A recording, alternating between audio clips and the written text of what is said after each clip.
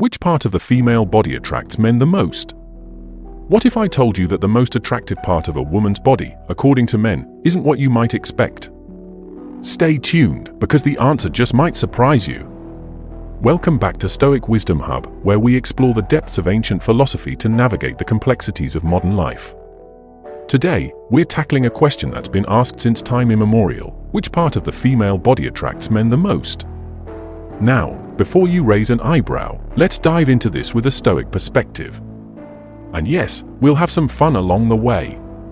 The Stoics, those ancient sages like our pals Epictetus and Marcus Aurelius, were more into contemplating the cosmos and the nature of virtue than crafting love sonnets or debating the merits of the latest dating apps. Picture them as the original philosophers in togas, sipping their metaphorical matcha lattes and dropping truth bombs about life. While they might not have been swiping right or composing sweet nothings, their teachings offer some seriously profound insights into human nature and relationships.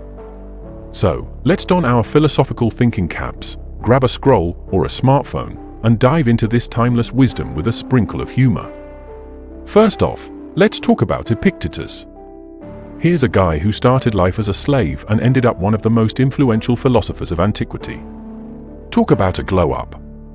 Epictetus wasn't concerned with whether you get a second date, he was all about mastering yourself. His mantra? It's not what happens to you, but how you react to it that matters. Imagine applying that to modern dating. Your date cancels last minute?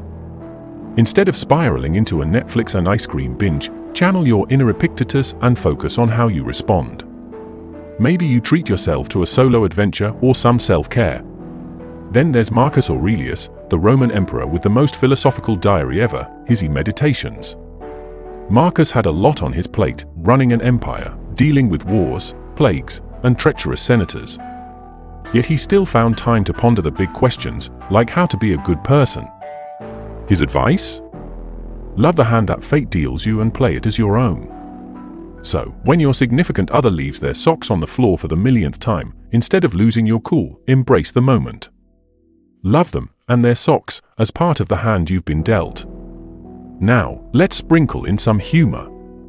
Imagine a Stoic on a modern dating show. Picture Epictetus as a contestant on The Bachelor. When asked about his feelings, he'd probably say something like, "Well, I am not disturbed by external things, but only by my judgments about them." Talk about playing it cool. Or Marcus Aurelius giving advice on Love Island: accept the things to which fate binds you, and love the people with whom fate brings you together, but do so with all your heart. Profound, yes. Likely to cause some hilarious double takes, definitely. The Stoics might not have been experts in dating, but their wisdom is timeless. They teach us to focus on what we can control, our own actions and reactions, and to accept the rest with grace and humor. So next time you're navigating the choppy waters of relationships, remember to channel your inner Stoic. Who knows? Maybe Epictetus and Marcus Aurelius could have taught us all a thing or two about love after all. Imagine this: you're lounging at a charming cafe with your friend, sipping on artisanal coffee that's so good it should come with a warning label. Your friend leans in, eyebrows raised in curiosity, and pops the big question, "Hey, what do you think men find most attractive in women?" Now, the knee-jerk reaction might be to rattle off the usual suspects: eyes, smile, legs, and so on. But hang on a second, let's slide on our Stoic glasses for a moment. Picture Marcus Aurelius sitting at the next table, calmly swirling his espresso, eavesdropping with a knowing smile. He'd probably lean over and drop some wisdom like, "It is not the beauty of the face, but the beauty of the soul that captures the heart." Deep, right? Now, before you roll your eyes, let's break it down. Men might initially notice the surface-level attributes, because, hey, we're all human and drawn to a pretty face. But what truly keeps their interest isn't just the sparkle of your eyes or the curve of your smile. It's something deeper, something more enduring. It's the confidence that radiates from knowing yourself, the kindness that lights up your interactions, and the intelligence that keeps conversations interesting and minds engaged.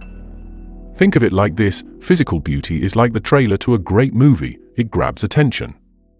But what makes the movie unforgettable is the story, the characters, the depth. Likewise, the qualities that make a woman genuinely attractive go beyond skin deep. It's her resilience, her compassion, her ability to laugh at herself, and yes, her courage to face life's ups and downs with grace and humor. So, while your friend might have expected a checklist of physical features, you've just blown their mind with some Stoic insight. They might even put down their coffee, staring off into the distance, contemplating their newfound wisdom. Or, they might laugh and say, "Okay, but seriously, nice eyes don't hurt either." And you'd both chuckle, because in the end, it's all about balance, isn't it? And just for kicks, you can add, Marcus Aurelius would totally swipe right on a kind heart and a sharp mind. Because who said Stoicism can't have a sense of humor? Marcus Aurelius, that sagely Roman emperor with a penchant for deep thoughts, drops some serious wisdom in his asterisk meditation star. He doesn't waste time on superficial stuff like, "Wow, check out that toga. It's got such great pleats." No, Marcus is all about the inner sparkle, the virtues that make someone truly glow. He champions qualities like character, wisdom, and kindness over the latest toga trends or the hottest gladiator sandals. Imagine Marcus at a Roman market. Instead of marveling at the latest in toga fashion, he's more likely to be pondering, is this vendor honest? Does he treat his customers with respect? Marcus would give a thumbs up to integrity and a thumbs down to vanity. He reminds us that the true essence of beauty lies not in the fabric of our robes, but in the fabric of our souls. So, next time you're tempted to judge someone by their attire or hairstyle, channel your inner Marcus. Look beyond the toga and see the virtues that make a person truly shine. After all, wisdom and kindness never go out of style, even in ancient Rome. Let's take a cue from the emperor and focus on the qualities that really matter. Picture this: ancient Greeks were lounging in a symposium, sipping wine, and heatedly debating the eternal question, is it the eyes or the smile? You can almost hear them now, waxing poetic about the depth of a gaze versus the charm of a grin. Suddenly, Socrates saunters in, toga perfectly draped, and interrupts with a knowing smirk, "Fellas, it's all about the soul." The room goes silent. Cue the collective eye rolls and groans of, "Here we go again," because Socrates can't help but dive deep. But you know what? The man had a point. Imagine the scene: a bunch of philosophers, maybe a few too many cups of wine in, passionately arguing about which physical trait truly captivates. Some are team eyes, extolling the virtues of a gaze that can pierce through layers of pretense. Others are diehard smile enthusiasts, convinced that a genuine grin can light up the darkest of rooms. Just when the debate reaches a fever pitch, Socrates makes his dramatic entrance. Picture him with a twinkle in his eye, knowing full well he's about to drop some wisdom that will either enlighten or exasperate. "Gentlemen," he begins, "while you're busy admiring the windows and the doorways, let's not forget what lies within the soul. That's where true beauty resides." The younger philosophers roll their eyes, thinking, "Great, now we're in for another lecture about inner virtues." But the older, perhaps wiser ones nod slowly, realizing there's something to this soul business. Sure, the eyes and the smile are captivating, but isn't it the soul that keeps us coming back for more? The depth of character, the spark of intellect, the essence of who we are, and now that's the stuff that endures. And so, in this ancient TED Talk moment, Socrates reminds us that while the eyes and the smile might be the initial hook, it's the soul that reels us in and keeps us intrigued. As much as we might resist, rolling our eyes and all, we can't deny the wisdom of looking beyond the surface. So, next time you find yourself caught up in the allure of someone's eyes or smile, remember Socrates' sage advice. Take a moment to appreciate the soul behind those features, because, in the end, it's the soul that truly matters. And maybe, just maybe, give a little nod to Socrates for keeping it real, even in the face of ancient eye rolls. So, what attracts men the most? It's a bit of a cocktail, really. Think James Bond ordering a Vesper martini, shaken, not stirred, because attraction is a mix of many elements. Sure, physical attraction is like the glass, the first thing you notice. But let's be honest, even the finest crystal can't save a lousy drink.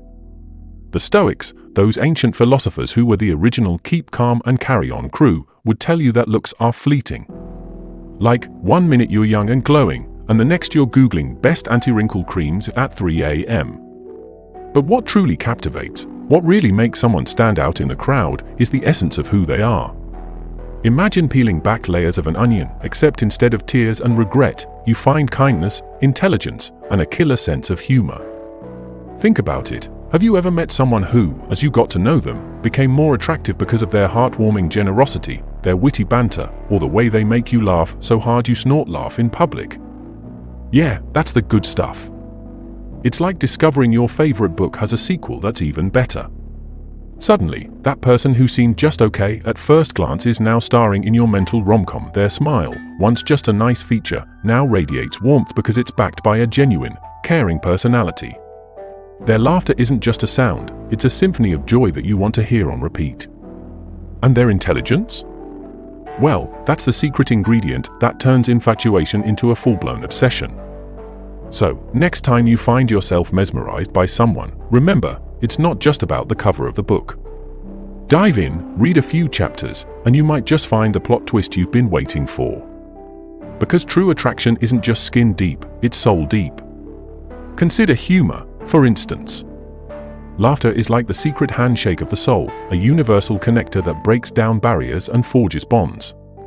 Even the Stoics, those ancient champions of reason and restraint, weren't all about grim, furrowed brows and stiff upper lips. No, they understood the value of life's lighter moments. Seneca himself, the sage with a penchant for wisdom, frequently emphasized the importance of joy. He knew that joy and laughter were essential threads in the tapestry of a well-lived life. So, let's talk about the woman who can make you laugh. She's not just a keeper, she's a rare gem in a world often too serious for its own good. Imagine someone who can turn a mundane moment into a shared joke, who sees the absurdity in life's challenges and invites you to laugh along. This isn't just about cracking jokes, it's about a shared perspective that makes even the toughest days a little brighter. In a relationship, laughter is the glue that keeps you connected when the going gets tough. It's the secret sauce that turns ordinary moments into cherished memories. So, if you find someone who can bring out your belly laughs, who can make you snort with amusement, or who can turn your most serious moments into opportunities for a good chuckle, hold on to her. She's more than just good company, she's the embodiment of joy and resilience. And as the Stoics would nod sagely in agreement, that's something truly worth celebrating. Or consider kindness.